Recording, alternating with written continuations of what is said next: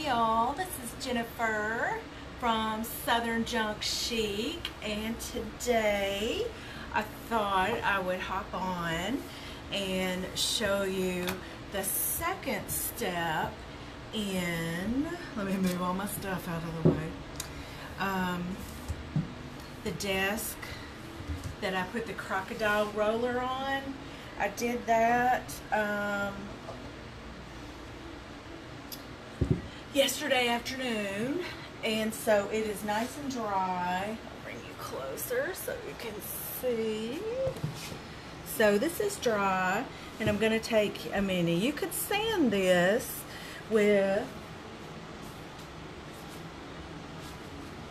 your little sanding sponge if you wanted to, and if it's a small project, this is okay, but for something big like this, it's just easier on your elbow if you have a palm sander or a little hand sander. It just makes it so much easier and quicker. So I have like about 120 or 50, I can't remember. It's not, it's kind of like nail file-ish. I can look it up, but anything, just something light that'll knock off these ridges after. Let me see if it'll show you. I don't know if it's gonna right in here, there's a lot of when you use too much of your texture medium, and it's okay, but you just have to sand it to knock down those peaks, because you don't want that to be sitting on top of whatever it is that your top surface, because you want it to be smoother.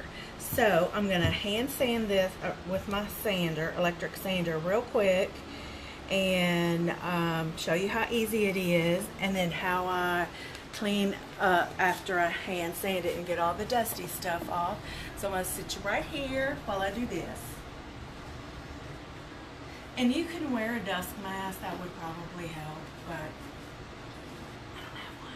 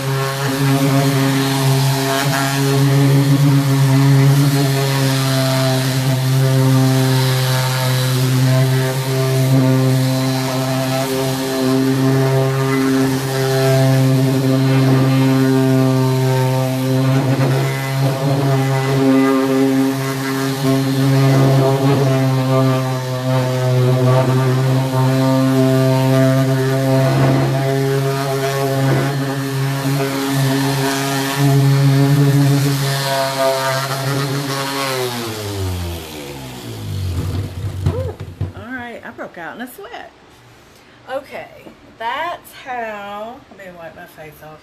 Ugh. You kind of knock down the peaks with your sander, and it doesn't take that long, but this was a pretty big surface, and I used too much, especially kind of like right in here. But this is a desk, so this is kind of where people are going to be, you know, putting their laptop or whatever. So you kind of want it to be smoother. Now they probably won't be able to like lay a piece of paper and write on it, but hey Jennifer. But that's, you know, knock it down to where it feels fairly smooth. And even though it seemed like I was sanding a lot of it off, the paint will still fall in these crevices. And you'll see that. I'll show you what choices I'm going to have.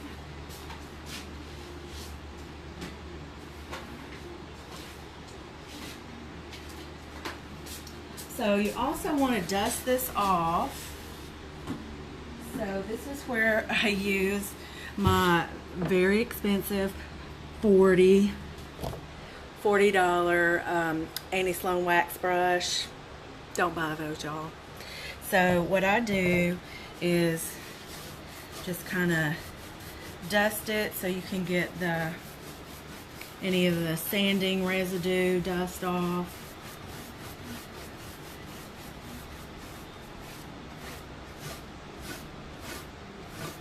Nothing against Annie Sloan's paint. I love her paint, but I just think a $40 wax brush is not for me. Maybe for you, but it's not for me.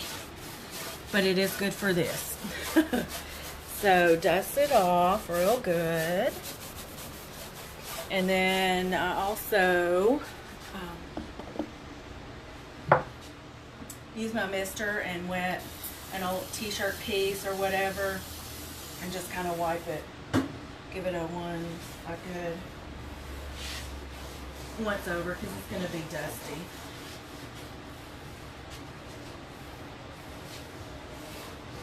And once you do this, you're ready to paint.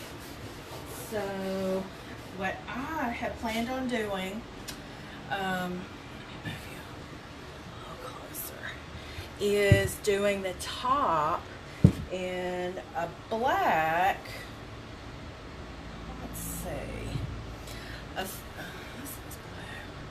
a black caviar, Dixie Belle caviar, which is a true black, and to cover the white of the texture medium, because it's good to go. You can paint over it, but what I want to do is make it a shimmery Modern Masters metallic. So to save on this paint, because this is expensive, this to me is expensive, it may not be to you, but it's like $40 for 32 ounces.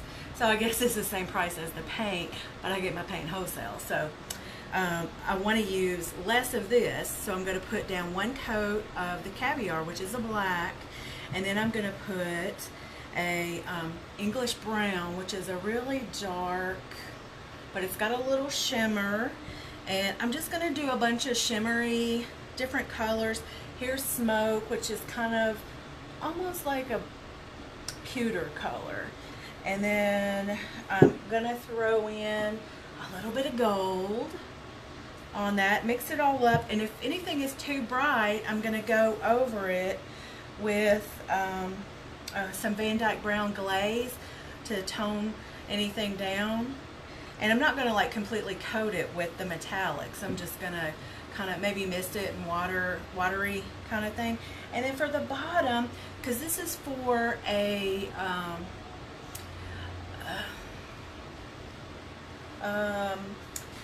challenge to do something pink for Breast Cancer Awareness Month. And so I don't know, I'm gonna have to do a little bit and see what it looks like. But I have tea rose. I don't have any. I might have some pink champagne, but I think that I'm out of, oh, I forgot about that. I may have the tea rose. I love the color. It's more of a blushy pink. But I also wanted to use peony, which is a hot pink. But these don't, I don't like these together, because this one is too muted, and this one is too bright, but I don't know, if I water this down and mist it, it might look okay. And then I was going to go over the pink part with Pearl Effects Champagne, which will really maybe lighten it up a tinge, but it's got the glitteries in it. So, and then I also have the Rust-Oleum Blush Pink, which the can looks exactly like Tea Rose from Dixie Belle. So that is kind of what I'm doing. So I will go get a paintbrush. I didn't prepare, and put the first coat of the caviar on top so you can see how it covers and how that works. Before I do that, I want to shout out to my postal carrier. I got my my Chalk Couture transfer, and they clearly say on both sides, do not bend, do not bend. And so this was how it was in my mailbox. So I'm really disappointed because it would have fit, and so it's a little wonky, but it'll work itself out. But you don't want that to happen. So anyway, but I'm excited to try this new welcome with a square wreath. That'll look really pretty. So hold on, let me go get a paintbrush.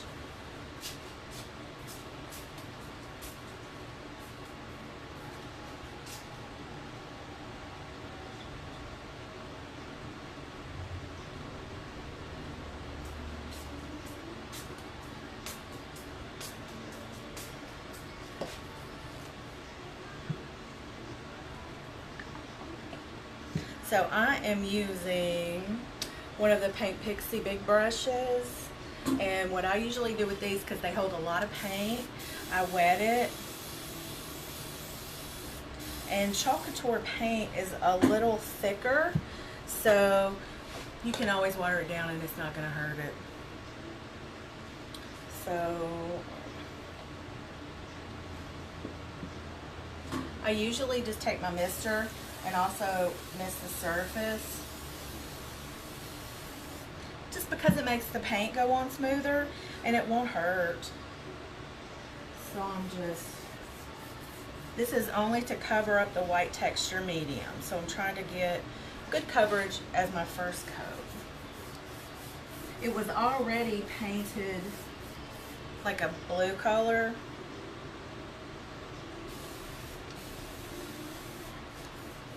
so this helps.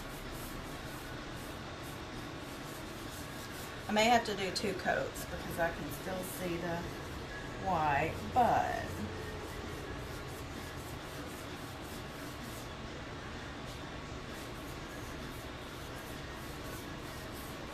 it dries super fast, and if you put the fan on it, that's it. And I'm kind of going in all directions because this is textured. I want to get in all the grooves. I don't want any of the white to show.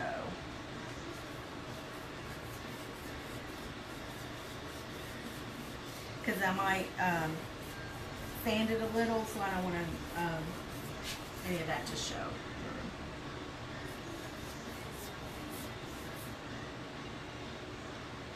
And when you feel your brush dragging a little bit, like it's harder to paint, then just mist your surface. It just makes it easier and smoother to paint. And it spreads the paint further.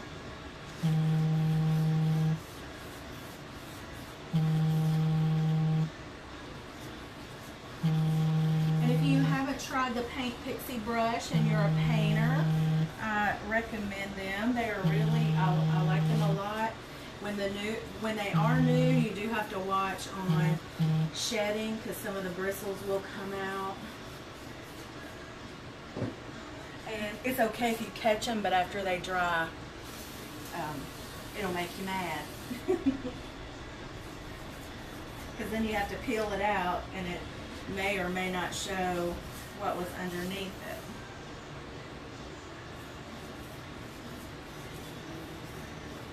I'm going to try to go back over here and see if I can do just one coat? I don't think so. Now you can't keep going back over it when it's wet, because it's going to pull it up. So you just have to let it dry and then go back and go over it.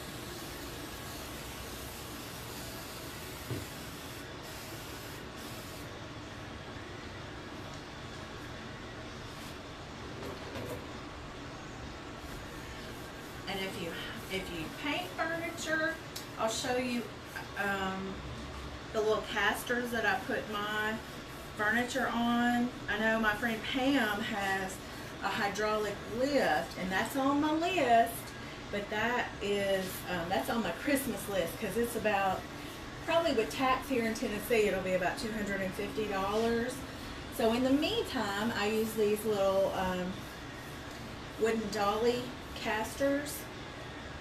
I love them. It makes things so much easier to scoot around, and they'll hold up. Oh, this looks so good. This looks so good. So very elegant. That's what I want to go for. The dollies, though, will hold up to 300 pounds. So, all right. I don't know why I got better coverage on that side than I got on this side, but anyway, I'm going to bring you in. And while I'm letting that dry, what I typically do is wet down a couple of paper towels and wrap my brush in it so it doesn't start to dry off. You just ordered your paint pixies, Jennifer? You will love them. But just watch those. She has different kinds, and let me see. This is the one that All Shabbed Out and the Turquoise Iris really love, and this is really good for getting in the grooves and blending. So get one of these too. This is the French tip. I think that's what it's called. I want to get one of the little blending brushes, the flat ones, but I just haven't gotten around to ordering it yet. Not enough time. But I'm going to bring you closer so you can see how this, maybe if I do it this way, sorry, it looks like, you know, a vintage alligator. I love it. So I think this, oh, but see, here's a little bristle. Where'd it go? No, I messed it up. Okay.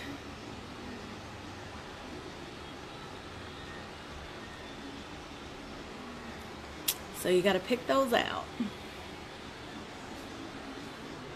Yes, I use the Crocodile Artistic Painting Studio Roller. That's my favorite. It looks so good. Now for the hammered metal, you use the ostrich one, and oh, it looks so awesome. You should get one of those both of those if you don't have it, because those are so cool. So I'm gonna let this dry and probably put another coat just because. Thank you. It looks a little, I don't know if it will show from the glare, but needs a little more coverage on this end. And so then I'm going to start, I think golds will look better with the pink, so I'm going to start highlighting the top with maybe some of this gold and the different shades. I was trying to look, maybe some of the smoke, just to see something that might go well with pink. Because my, let's put that lid on somehow. And then on the pinks, I'm going to cover it with Champagne Pearl, which will give it just a little shimmer. I would love to use this, so I may change my mind and be big and bold instead of subtle and do this with the champagne over it, because it just depends on how the top looks, because it looks awesome. I think so too. I love the metallics. That's my new thing. I did a hammered metal, and then I put the copper patina on top of it, and oh, I loved it. I loved it. Everybody wanted to know how to do it. I put it in my booth in the antique mall, and so I said, well, I'll teach you how in a class, because they were like, show us exactly how. So I may just go, I can always cover it up if I do not like it. So I'll try this first, so that'll be an awesome desk. So that is all I have for today. I'm going to work on a Chalk Couture transfer in a little bit, so I may hop back on and do another live with whatever. I have